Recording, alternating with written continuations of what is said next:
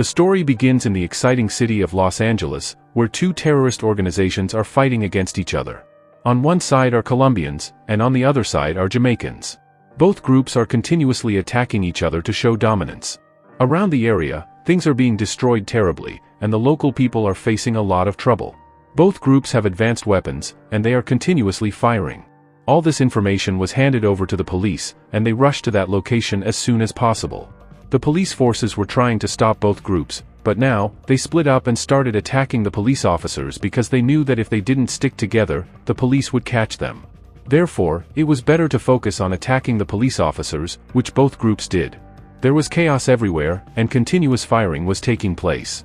Suddenly, an invisible thing appears in the environment, visible only on the top of a building. This invisible entity continues to observe all the people fighting below through thermal vision, confirming that whatever this thing is, it's not human but a dangerous creature that is invisible and cannot be seen. Meanwhile, both groups have seriously injured and even killed some police officers. In a short time, Michael, a senior police officer, arrives with his entire team. They hide behind a car because of the ongoing firing. One of Michael's police officer companions, named Danny, explains how both groups have combined and killed several of their officers. Michael feels deeply troubled and realizes that they need to control the situation quickly, or these terrorists and gang members will kill everyone. Therefore, Michael, along with Danny, devises a plan. He attaches a bulletproof vest to the car's window, allowing the car to move forward without taking damage from the bullets. Using this technique, Michael continues to eliminate gangsters one by one. Since he hides inside the car, no one can see him, and he targets and kills several gangsters with precision. All the remaining gangsters started running inside the building to reload their weapons because they had hidden all their weapons inside the building. Suddenly, we see that the same unknown creature is constantly observing Michael, seeing how he is fighting and battling with people.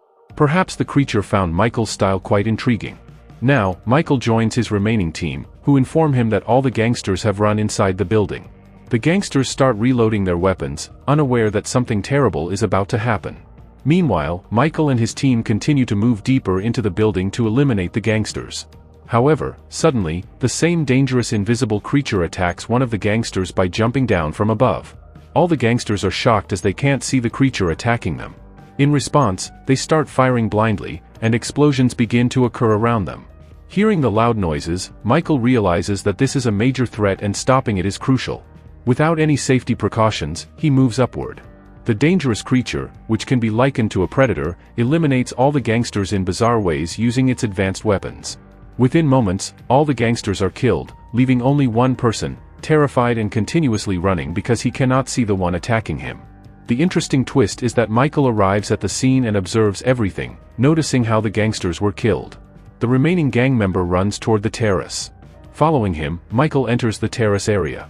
However, Michael isn't aware that this man is not fleeing from him, but rather from something unseen, something that killed his fellow gangsters.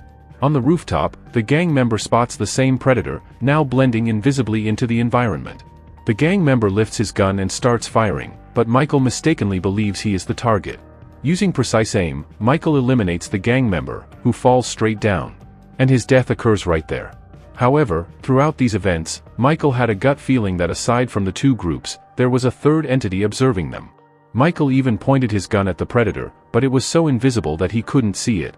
The predator had completely blended into the environment, causing Michael to become normal after a while.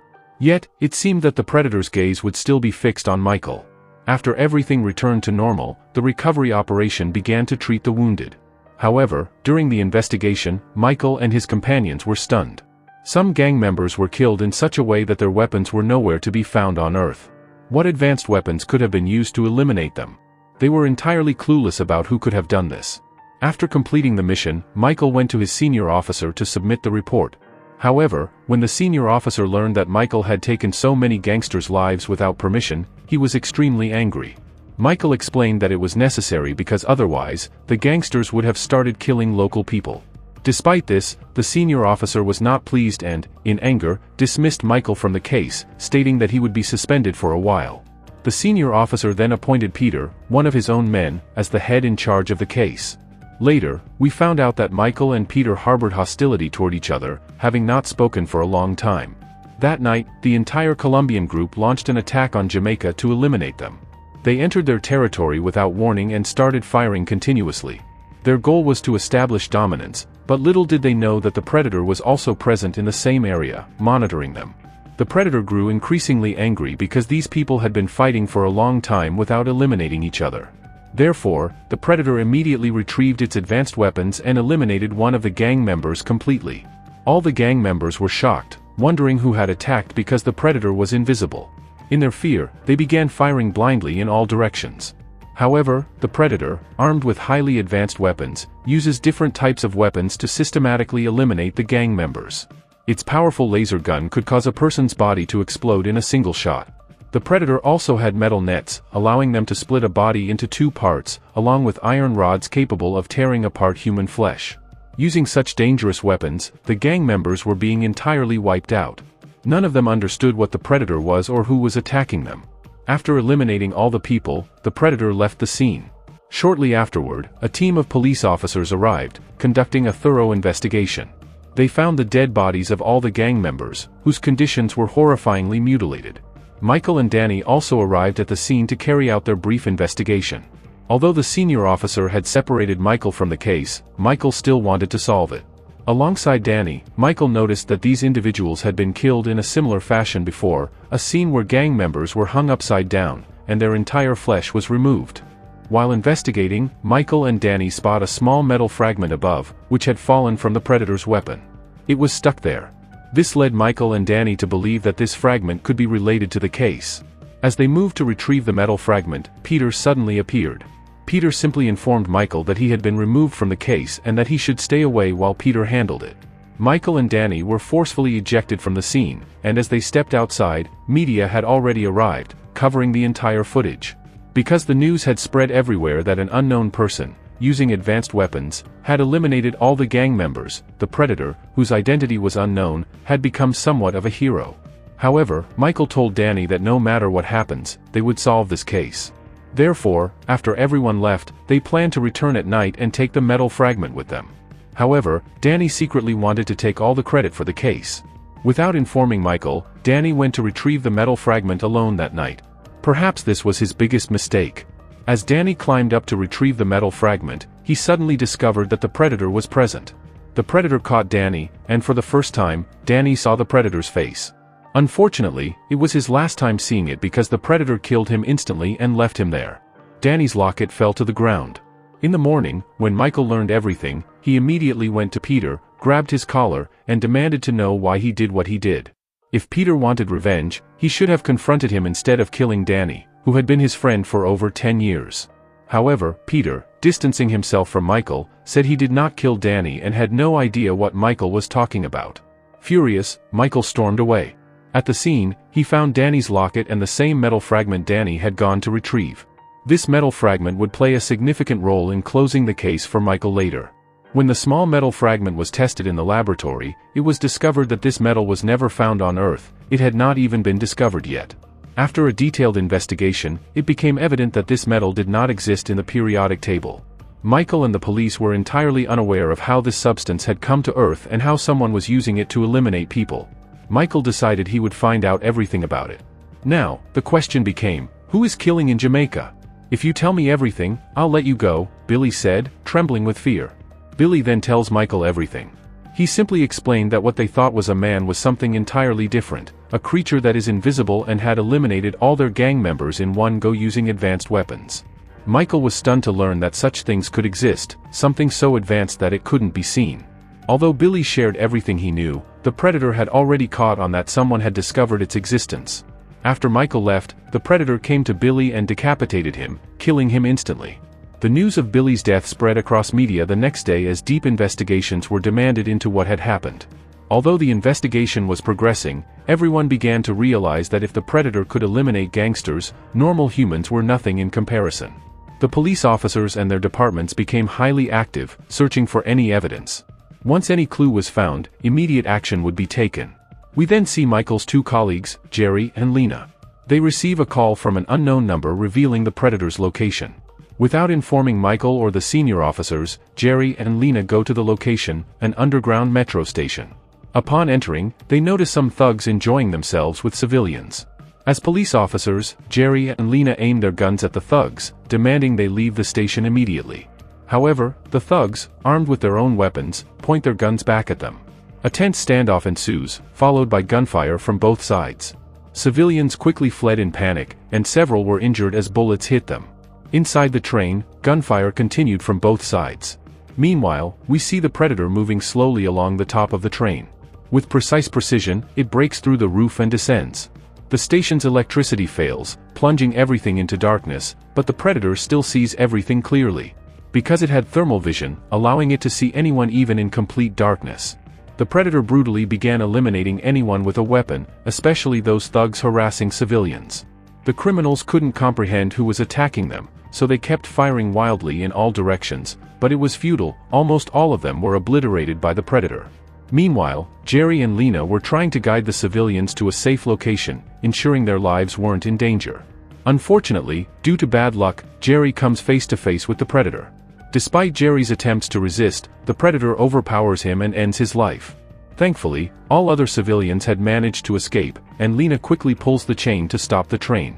As Lena investigates the area with her gun drawn, the Predator suddenly appears right in front of her. It grabs her throat, preparing to kill her. However, the Predator notices something unusual. Lena is pregnant, with a child growing inside her. In a surprising move, the Predator releases her and lets her go. Soon after, Michael learns that his team has been gravely injured. He rushes to the scene, devastated by Jerry's death. Lena is also gravely injured, and Michael can't bear to see his friend suffering. He immediately calls for an ambulance to provide medical treatment. Without wasting any time, Michael enters the metro again. After walking for a while, he spots the Predator, who is now visible and butchering dead bodies. As Michael sees the Predator, he draws his gun and chases after it. For some reason, this time, the Predator doesn't engage in a fight. Instead, it becomes invisible again and flees in the opposite direction. Determined, Michael relentlessly pursues the Predator. This is the same Predator who took the lives of his friends, and Michael won't rest until justice is served. The Predator cleverly scales to the top of a building, a place where Michael can't easily reach. But Michael is not one to give up so easily. He quickly retrieves his vehicle and continues the pursuit, determined to confront the Predator at all costs. Where movement was occurring. After walking a short distance, a group of individuals apprehended Michael, forcibly removing him from his car and putting him into their van, intending to take him along. Later, it becomes clear that these aren't ordinary gang members, but Peter himself.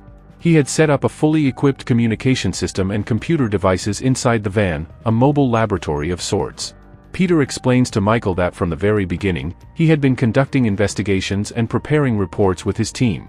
What they believed to be human threats were, in reality, a dangerous creature, an invisible predator with highly advanced weapons.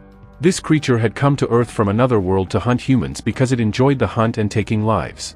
Peter further reveals that they have developed a way to combat this predator. They possess fireproof suits that are impervious to the predator's deadly weapons. Additionally, the suits prevent heat from the soldiers' bodies from escaping, making them invisible to the predator's thermal vision.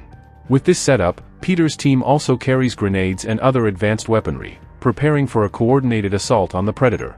Michael agrees with the plan, prepared to support Peter and his team. Meanwhile, the predator remains in a factory, waiting for Michael's arrival. Positioned at the top of the factory, it monitors the situation below. Peter and his team, wearing the advanced fireproof suits, manage to locate the predator, but their heat signatures remain undetectable. However, a mistake is made due to their higher numbers, and the predator notices the sound of movement. Realizing the threat, the predator shifts its vision to ultraviolet, which allows it to see through the suit's thermal camouflage. The predator swiftly moves in, attacking the soldiers, and though they fight back, their slower reflexes and the predator's overwhelming speed keep them at bay. Despite their best efforts, none can get close to the predator.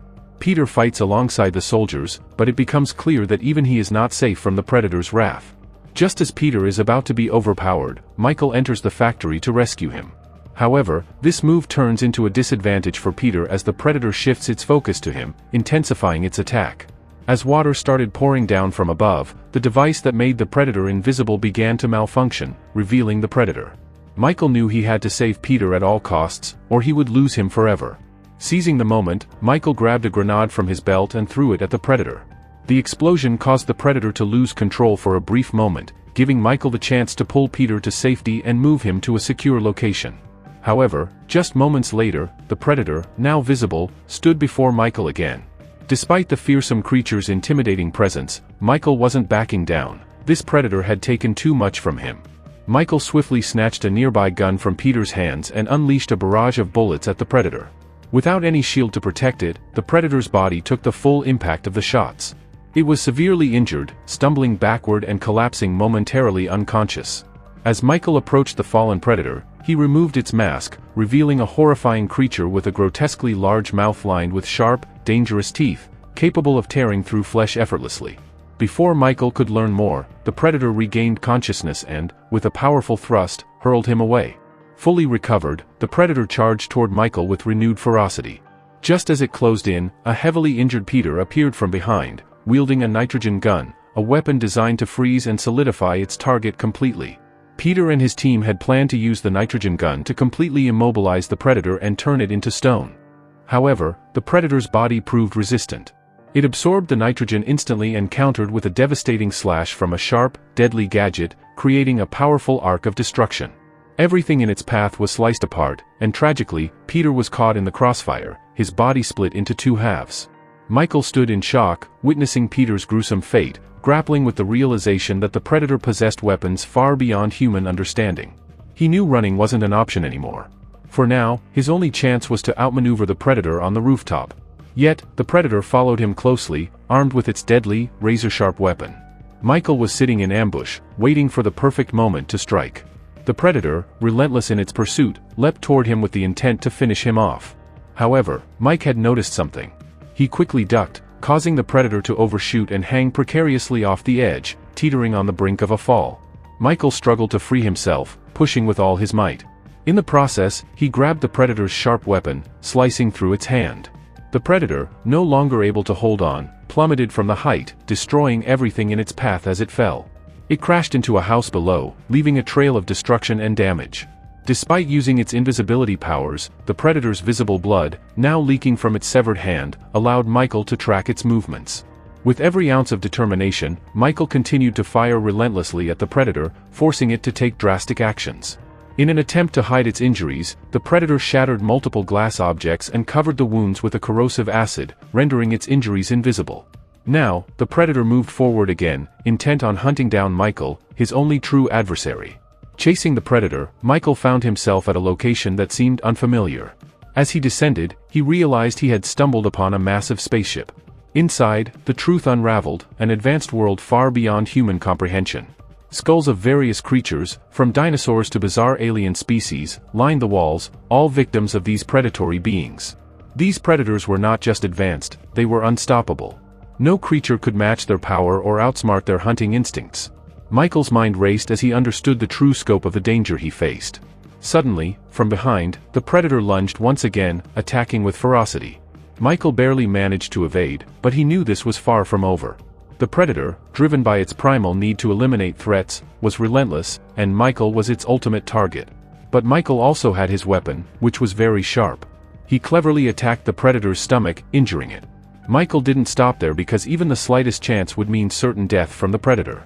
Taking advantage of the opportunity, he kept attacking relentlessly until the predator was defeated. The predator was dead, and Michael felt a sense of relief. However, just then, several more invisible predators appeared, watching everything. They surrounded Michael, leaving him helpless. Accepting his fate, Michael realized he couldn't do anything, and his time had come. Surprisingly, none of the predators harmed him. Instead, one predator was pleased with Michael's bravery and handed him an advanced weapon. The predator was happy because despite being much stronger than humans, Michael managed to defeat an alien that was far superior. This earned him the respect of all the predators, who celebrated his strength. When Michael saw the weapon, he realized it was highly advanced and ancient. The predators then moved towards their control room to activate the spaceship. Michael quickly exited the spaceship, knowing they were about to take off towards their planet, leaving Earth behind. Michael managed to escape, avoiding the fire, and soon rescue helicopters arrived to take him to safety. Alone, he had faced the predators, who were 10 times more powerful, and now had an advanced predator weapon in his possession. He planned to provide it to the military to enhance their abilities. Thus, this story comes to an end.